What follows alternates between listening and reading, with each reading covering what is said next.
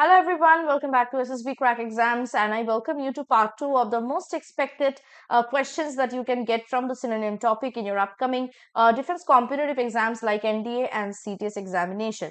This is the part 2 where we are going to discuss more questions like we have done in part 1, along with there's going through the options and their synonyms as well, and we will also know what kind of questions come, sentence pattern में होता है, कैसे होता है और difficulty level भी आप check कर सकते हैं. Let us start with the directions पढ़ने के साथ साथ हम लोग समझ जाएंगे कि किस तरह के क्वेश्चन आता है बेसिकली आपके एनडीए सीडीएस जैसे डिफेंस कॉम्पिटिटिव एग्जाम में सिनोनिम टॉपिक से. सो बेसिकली आपको एक सेंटेंस मिलता है जिसमें एक वर्ड या फ्रेज को अंडरलाइन किया जाता है और उस वर्ड या फ्रेज का सिनोनिम आपको ढूंढना पड़ता है from the 4 options given below. Without much further ado, let's start with the first question and start solving them. First question. Forthrightness in speech may not always be a desirable quality. अपने speech में forthright होना हमेशा एक desirable quality, हमेशा एक अच्छा quality नहीं होता है. तो forthright का मतलब है जो हर एक चीज सच बोलता हो. So forthrightness actually means speaking truth और honesty. यहाँ पे हम लोग देखेंगे कौन से वर्ड के साथ forthrightness का एक सिनोनिम हमको समझ आ रहा है. Outspokenness जो बहुत बात करता हो, sociable हो. Obliqueness का मतलब है when you are talking about something which is irrelevant. Okay. Mendacity का मतलब है basically speaking the lies. ठीक है, झूठ बोलना. तो बेसिकली फोर्थराइट का ये एंटोनिम हो रहा है. और लास्टली है equivocation. Now most of you will say equivocation होगा ma'am, but it is not. Why? Equi का मतलब है इक्वल, वोकेशन का मतलब है स्पीच. यानी आप जो कुछ भी बोल रहे हो वो सब सेम है. इसका क्या मतलब है? इक्विवोकेशन मीन्स स्पीकिंग इन वेग टर्म्स, यानी ये भी हो सकता है वो भी हो सकता है, विच हैज मल्टीपल इंटरप्रिटेशन, जिसका कोई एक मतलब नहीं हो सकता. तो इस केस में आपका आंसर हो जाएगा option A. Outspokenness is a near synonym to forthright. तो आप बोलोगे मैम आउटस्पोकननेस का तो मतलब है when you are being extrovert, जब आप लोगों के साथ ज्यादा बात करो. तो फोर्थराइट के साथ और आउटस्पोकननेस का क्या ही मतलब है? बेसिकली यह हमें देखना पड़ेगा कि सबसे नियर सिनोनिम क्या है. ऐसा कभी कभी हो सकता है आपके ऑप्शन में जो सिनोनिम आपने चूज किया है या जो आपके ऑप्शंस में दिया गया है वो एग्जैक्ट सिनोनिम ना हो. तो इस केस में आपको देखना है कि नियर सिनोनिम कौन सा हमारा आ रहा है. जैसे इस केस में ए आ रहा है हमारा. ठीक है, तो इस केस में ए हमारा आंसर होगा. Next question. Such conduct deserves reprimand. ऐसे कॉन्डक्ट, ऐसे बिहेवियर को रेप्रीमैंड की जरूरत है. रेप्रीमैंड का मतलब क्या है? Scolding, criticism. ठीक है, सो ऑप्शंस में हमारा है प्रेज, तारीफ. ये ऑप्शन बिल्कुल अपोजिट है रेप्रीमैंड का, तो ये हम नहीं लेंगे. पनिशमेंट, पनिशमेंट मिलनी चाहिए, नॉट दैट एक्सट्रीम. रेप्रीमैंड का मतलब स्कोल्डिंग होता है. रिब्यूक मीन स्कोल्डिंग या क्रिटिसिज्म. और रिवॉर्ड का मतलब है जब आप किसी को कुछ रिवॉर्ड दे रहे हो, कुछ प्राइज दे रहे हो फॉर समथिंग दैट ही और शी हैज डन. तो अगेन ये पॉजिटिव चीज है. तो we will go with the option C, rebuke word. Rebuke का मतलब है स्कोल्ड और टू क्रिटिसाइज. ठीक है. The next question is, she is very discreet. बहुत discreet है वो.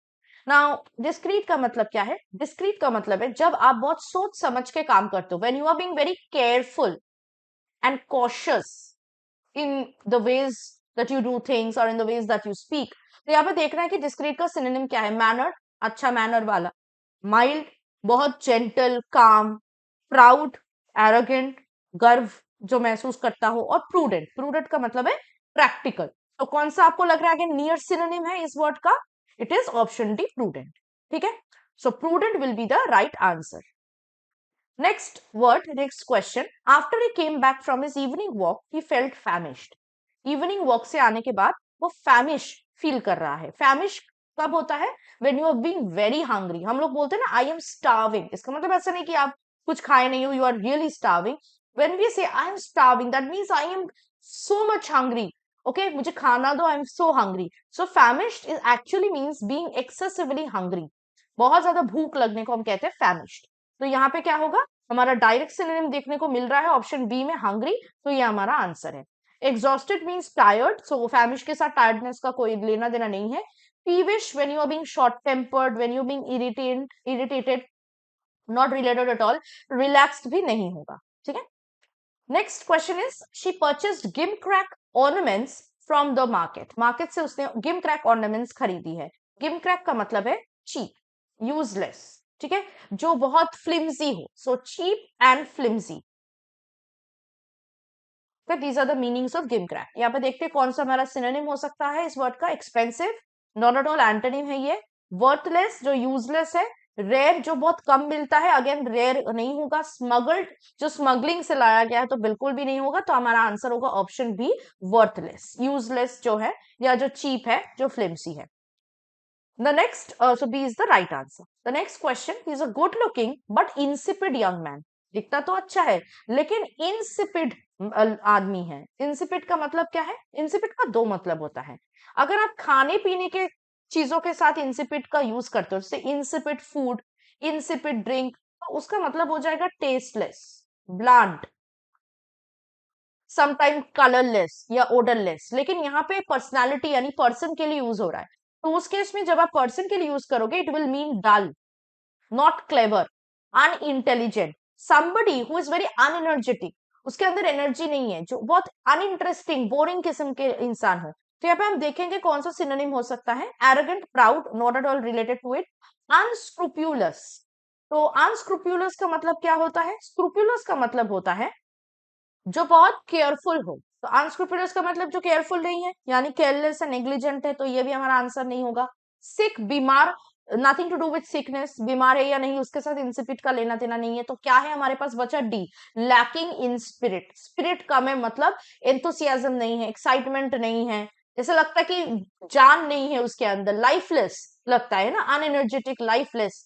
सो ऑप्शन डी हो जाएगा हमारा करेक्ट आंसर इस क्वेश्चन के लिए। ठीक है, the next question is, he had insidiously wormed his way into her affection. Insidiously, insidiously का मतलब है धीरे धीरे, छुपके छुपके। और कोई अच्छा काम करने के लिए नहीं जा रहे हो आप जब आप insidiously कोई काम करते हो, इसमें बहुत ज्यादा डिसेप्शन होता है। So insidious means deceptive and in a very stealthy manner, छुप छुप के, ताकि आपका कोई डिसेप्शन पकड़ ना पाए। उसके अफेक्शंस के लिए उसने क्या किया? इंसीडियसली मूव किया, छुपके छुपके, स्टेल्थी मैनर में और डिसेप्टिव मैनर में। इसका मतलब है आदमी डिसेप्टिव था, छल ना किया उसने, छल किया है ना। सो यहाँ पे ऑप्शंस क्या है? पोलाइट मैनर बिल्कुल नहीं, पॉजिटिव है ये। Insidious is a negative word by the way. Secret manner हो सकता है। अगली वे, अगली वे तो बिल्कुल नहीं है, सीक्रेट मैनर है। और for doing something harm, deception के लिए, फोर्सफुल मैनर, जबरदस्ती भी नहीं है, स्टेल्थी मैनर, बहुत छुप छुप के। तो we will go with option B, in a secret. ठीक है, next question, the acerbic remarks of the manager were unwarranted. Manager ने जैसे असर्बिक वे में कुछ कहा, वो नहीं ठीक था। अनवारंटेड का मतलब है कि उचित नहीं था, गलत था। तो कैसे रिमार्क किया होगा? Bitter, furious, arrogant, childish. अब देखो, चाइल्डिश का मतलब बच्चों वाला, मैनेजर के बच्चों वाले रिमार्क्स तो होंगे नहीं, तो इसको हम साइड में रखते हैं, एलिमिनेट करते हैं। हमारे पास है बिटर, फ्यूरियस और एरोगेंट। बिटर बहुत ही अजीब सा, बहुत रूड जिसको हम कहते हैं। फ्यूरियस गुस्से वाला, एरोगेंट प्राउड वाला। मैनेजर है तो उसके कौन सा काम, कौन से रिमार्क्स अच्छा नहीं हुआ होगा? The acerbic means actually bitter. Bitter मतलब rude, impolite, right? So A will be the right answer. The next question, it was an astute move to sell the property at that stage. Astute का मतलब है चालाकी, चालाक। चालाक मतलब intelligent नहीं, clever और shrewd। इस केस में क्या हो जाएगा? डायरेक्ट सिनोनिम हमें देखने को मिल रहा है ए में, shrewd is the right answer. Astute means to do something in a shrewd way, चालाकी से कुछ करना। अनवाइस इसका ऑपोजिट है, when you are not being wise, you are foolish, unwise. Dishonest, ठीक है, not at all related to astute. And inexplicable, what is the meaning of inexplicable? इसका मतलब है something which can not be explain, जिसको explain नहीं किया जा सकता। तो ये भी हमारा आंसर नहीं। Next question, the 5 experiments gave disparate results. Disparate मतलब सेपरेट, अलग अलग। 5 एक्सपेरिमेंट, 5 अलग अलग रिजल्ट दिखाए, राइट? तो यहाँ पे सिमिलर इज द एंटोनिम, नहीं होगा। इनकरेजिंग रिजल्ट्स नहीं है। स्ट्रेंज रिजल्ट्स, अजीब सा नहीं है। Different will be our answer. तो डायरेक्ट सिनोनिम हमें डी में मिल गया है, सो डी हमारा आंसर है। Next question, the chairman conducted the meeting with aplomb. Aplomb के साथ चेयरमैन ने मीटिंग को कंडक्ट किया, तो क्या हो सकता है? Arrogance, annoyance, poise, authority. Chairman है तो एरोगेंस से कर नहीं सकता, arrogance means excessive pride. Annoying से नहीं, मीटिंग है, चेयरमैन है तो उसको अच्छे से करना पड़ेगा। अब अथॉरिटी और पॉइज हो सकता है, पॉइज मतलब with good way of conducting, systematic way. Okay, तो यहाँ पे the more appropriate term will be option C, poise. Okay, क्योंकि अथॉरिटी तो है ही वैसे भी चेयरमैन के पास, ऑब्वियसली अथॉरिटी रहेगा। सो अपलॉम के साथ मीटिंग को कंडक्ट किया मतलब पॉइज के साथ, वेल ऑर्गेनाइज्ड वे में, है ना, with proper things. Next question, the coach followed a devious course to its destination. Coach ने एक डीवियस कोर्स को फॉलो करते हुए डीवियस रास्ते से अपने डेस्टिनेशन में पहुंचा। डीवियस मतलब जो स्ट्रेट ना हो, घुमा फिरा के हो। तो यहाँ पे कौन सा हमें देखने को मिल रहा है सिनोनिम? डिफिकल्ट, जो बहुत कठिन हो, नहीं। शॉर्टकट, नहीं, शॉर्टकट तो स्ट्रेट होता है। स्ट्रेट नहीं। वाइंडिंग, वाइंडिंग में बहुत घूमना फिरना पड़ता है ना। तो आंसर आपका हो जाएगा option D, winding. Okay, which is not straight, which is actually in indirect way. Okay, next, it would be impertinent to suggest that he was generally wrong. Impertinent होगा suggest करना कि वो generally wrong था। Impertinent का क्या मतलब है? Impertinent का मतलब है rude, impolite, proper जब आप manner नहीं show करते हो। So C will be the right answer. Fair, correct are opposites of impertinent. Impartial means जब आप partiality नहीं कर रहे हो, being neutral, तो this is not related to the word at all. Next question is, our fates seemed intertwined. Intertwined मतलब एक दूसरे के साथ उलझा हुआ। तो जब उलझा हुआ रहता है तो क्या होता है? लिंक्ड रहता है, कनेक्शन रहता है ना। सो कॉम्प्लिकेटेड नहीं। डेस्टाइन, डेस्टिनी में था हमारा फेट, नहीं। कॉम्प्लेक्स था, नहीं। लिंक्ड था, जुड़ा हुआ था। So option D will be the right answer. Intertwined means entangled, linked. Okay, the next question is, he displayed a distinct tendency to long-winded speeches when asked how he was. आपको समझ में आ ही गया होगा, long-winded मतलब wind करने का मतलब है घुमाना फिराना। long-winded मतलब बहुत घुमा फिरा के वो स्पीच देता है जब भी उसको पूछो कि कैसे हो आप भैया। तो long-winded का मतलब बोरिंग है, रेपिटेटिव है, सर्कमलोक्यूटरी है या हाइपरबोलिक है। एक्चुअली इसका आंसर होगा ऑप्शन सी, सर्कमलोक्यूटरी। सर्कमलोक्यूटरी का मतलब है लोक्यूशन मीन्स बोलना, स्पीच। जैसे एलोक्यूशन, लोक्यूशन मीन्स स्पीच, बोलना। सरकम का मतलब है घुमा फिरा के। सो लॉन्ग वाइंडेड के साथ ये एग्जैक्ट सिनोनिम है, सरकम लोक्यूटेरी। ओके, बोरिंग तो ऑब्वियसली है, पर ये हमारा मोस्ट करेक्ट सिनोनिम नहीं होगा। रेपिटेटिव मतलब जो रिपीट करता रहता है, तो वी कैन नॉट से लॉन्ग बाइंडेड स्पीच में कोई भी वर्ड या सेंटेंस रिपीट होगा या नहीं, दैट वी कैन नॉट से। हाइपरबोलिक, हाइपरबोले से आया है जिसका मतलब है बढ़ा चढ़ा के बोलना, एग्जैजरेशन, अननेसेसरी एग्जैजरेशन। सो हाइपरबोलिक भी है, लेकिन मोर करेक्ट टर्म क्या है, मोर करेक्ट सिनोनिम है हमारा सर्कमलोक्यूटरी। ये हमारा answer. Next question is that this library was built with donations from the munificent citizens of the city. तो अगर ये लाइब्रेरी को डोनेशन के हिसाब से बिल्ड किया गया है, तो सिटीजन्स कैसे होंगे उस सिटी का? डोनेशन इसका मतलब अच्छा खासा मिला है। म्यूनिफिसेंट सिटीजन्स यानी सिटीजन्स भी जेनरस है, चैरिटेबल है, उन्होंने डोनेशन दिया है इसलिए लाइब्रेरी बनाया गया है ना। तो म्यूनिफिसेंट का मतलब होगा, डायरेक्ट हमें सिनोनिम देखने को मिल रहा है बी में, generous.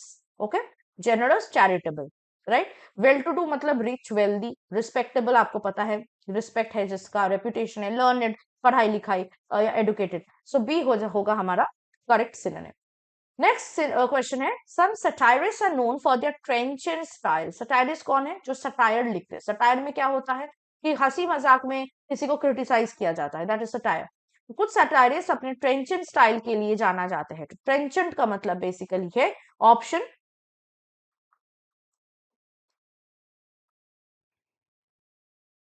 D, incisive. Okay, option D, incisive. तो इंसाइसिव का मतलब बेसिकली क्या है? इंसाइसिव का मतलब है intelligent, analytical and clear.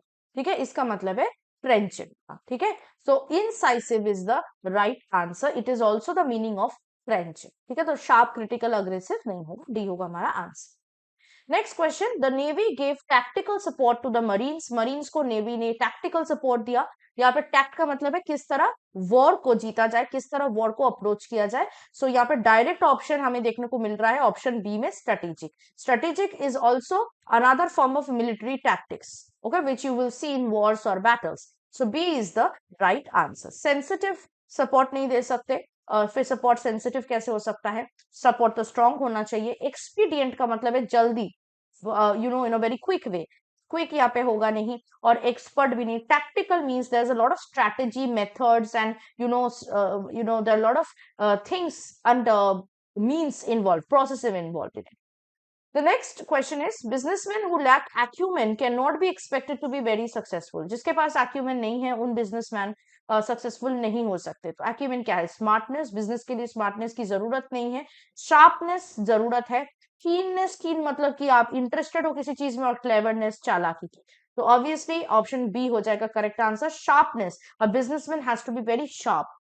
Okay, जो भी कुछ भी करना है बहुत जल्दी करना होता है और बहुत शार्पली करना होता है, ठीक है। So B will be the right answer. The next question is, we are happy that the two countries are trying to find an amicable solution to their disputes. अपने डिस्प्यूट्स में दोनों कंट्रीज, दोनों देश जो है एक एमिकेबल सोल्यूशन ढूंढने की कोशिश कर रहे हैं। यानी amicable actually means friendly. Okay, so option D में यहाँ पे डायरेक्ट सिनोनिम देखने को मिल रहा है, a friendly solution. Amicable means friendly, D is the right answer. The next question is, it is exasperating to listen to the suggestions of the minister about the educational reforms of which he knows nothing. बहुत exasperating है minister के suggestion सुनने का, जिसके पास कोई भी जानकारी नहीं है अबाउट द एजुकेशनल रिफॉर्म्स। तो exasperating मतलब क्या है? इरिटेटिंग, अम्यूजिंग, अम्यूजिंग मतलब आपको मजा आ रहा है, बिल्कुल नहीं। डिसअपॉइंटिंग, बहुत सैड हो आप, बिल्कुल नहीं। बोरिंग, नहीं, बोर्ड आप फील नहीं हो रहे हो, आप क्या फील कर रहे हो? इरिटेशन, है ना, आपको अच्छा नहीं लग रहा है, you feeling irritated. So option A is the right answer, it is irritating. So exasperating means irritating or annoying. The next question is, the disgruntled members of a party are a constant source of tension to the party leader. Party leader के पास सबसे बड़ा constant source of tension क्या है? कि disgruntled members है उसके party में, वही उसका टेंशन का सोर्स। तो disgruntled members कौन है? जो disloyal है? नहीं। जो dishonest है? नहीं। जो dispirited है, उनके अंदर कोई एनर्जी नहीं है काम करने का, enthusiasm नहीं है? नहीं। डिसकंटेंटेड, जो खुश नहीं है, displeased, discontented. Okay, so disgruntled का सिनोनिम है discontented, dissatisfied. Okay, option C is the right answer. The next question is, he is so garrulous that all sober persons avoid his company. इतना garrulous है वो कि जो भी थोड़ा सा ठीक ठाक लोग हैं उसके कंपनी को अवॉइड करता है, उससे दूर रहता है। यानी वो इतना बोलता है। गैरियुलस का मतलब है टॉकेटिव, जो बहुत बात करता है। सो ऑप्शन बी में डायरेक्ट सिनोनिम हमें देखने को मिल रहा है इस वर्ड का, talkative. So that is our answer. Quarrelsome मतलब जो झगड़ालू है। डोमिनेटिंग मतलब जो डोमिनेट करता है, तो डोमिनेशन नहीं है ये। फुलिश मतलब बेवकूफ है। सो गैरियुलस एक्चुअली मींस टॉकेटिव। अगर ये पे सोशेबल रहता तो सोशेबल भी आपका आंसर हो सकता है, ठीक है, बिकॉज गैरियुलस जो बहुत बात करता है वो ऑब्वियसली सोशेबल होता है, ठीक है, सबसे जाके बात करेगा वो। The next question is, temperance in eating is conductive to health. So का temperance का मतलब है सब कुछ moderate way में करना, ना ज्यादा ना कम। That is called temperance. Okay, moderation, middle path. तो यहाँ पे हमें डायरेक्ट ऑप्शन सी में देखने को मिल रहा है सिनोनिम टेम्परेंस का, मॉडरेशन। ये हमारा आंसर होगा। यानी खाना भी अगर आप मॉडरेट लेवल में खाओ, ज्यादा भी नहीं कम भी नहीं, तो आपका हेल्थ सही रहेगा। This is what the sentence meant. So C will be the right answer. Temperance doesn't mean discipline or caution or care. It means moderation. Okay. The next and the last question for today's session is, he could rise to this stature because of his invincible courage. अपने invincible courage की वजह से वो इस stature तक, इस position तक पहुंचा है। Invincible का मतलब है जिसको हराया नहीं जा सकता। Invincible means powerful, very much, unconquerable, unbeatable. तो यहाँ पे ऑप्शन सी में हमको सिनोनिम में देखने को मिल रहा है इस वर्ड का, अनबीटेबल, जिसको हराया नहीं जा सकता, जिसको कॉन्कर नहीं किया जा सकता, जो बहुत पावरफुल हो। ओके, इनवायलेबल का मतलब है जिसको वायलेट नहीं किया जा सकता। इनवायलेबल हम रूल्स के लिए यूज करते हैं, वायलेट करने का मतलब है ब्रेक करना, तोड़ना। तो रूल्स को तोड़ा जा सकता है, पर अगर हम कोई ऐसा रूल बनाए जिसको तोड़ा नहीं जा सकता, देन वी से it is an inviolable rule. Okay, unmanageable जिसको मैनेज नहीं किया जा सकता, और इमेजरेबल जिसको नाप नहीं आप कर सकते, नाप नहीं सकते। So immeasurable. So courage, invincible courage, invincible का मतलब है unbeatable. C is the right answer. So here are some of the questions that I discussed in today's session. I hope in words का मतलब आपको समझ में आ गया हो. सिर्फ क्वेश्चन वाला वर्ड नहीं, आपको ऑप्शंस में भी जो वर्ड प्रोवाइड किया गया है उसका भी मतलब आपको समझ में आ गया हो. तो जब भी आप प्रैक्टिस करोगे क्वेश्चन तो इस तरह ही प्रैक्टिस करना. It is important for you to know the answer, but it is equally important for you to know the meanings of other words in the options as well. इससे आपका जो preparation है और भी स्ट्रांग होगा. इस तरह अपनी प्रिपरेशन को और स्ट्रांग करने के लिए और सिनोनिम के रिलेटेड क्वेश्चंस प्रैक्टिस करने के लिए for your upcoming NDA and CDS 1 2024 exam आप हमारे लाइव क्लास बैच को तुरंत ज्वाइन कीजिए.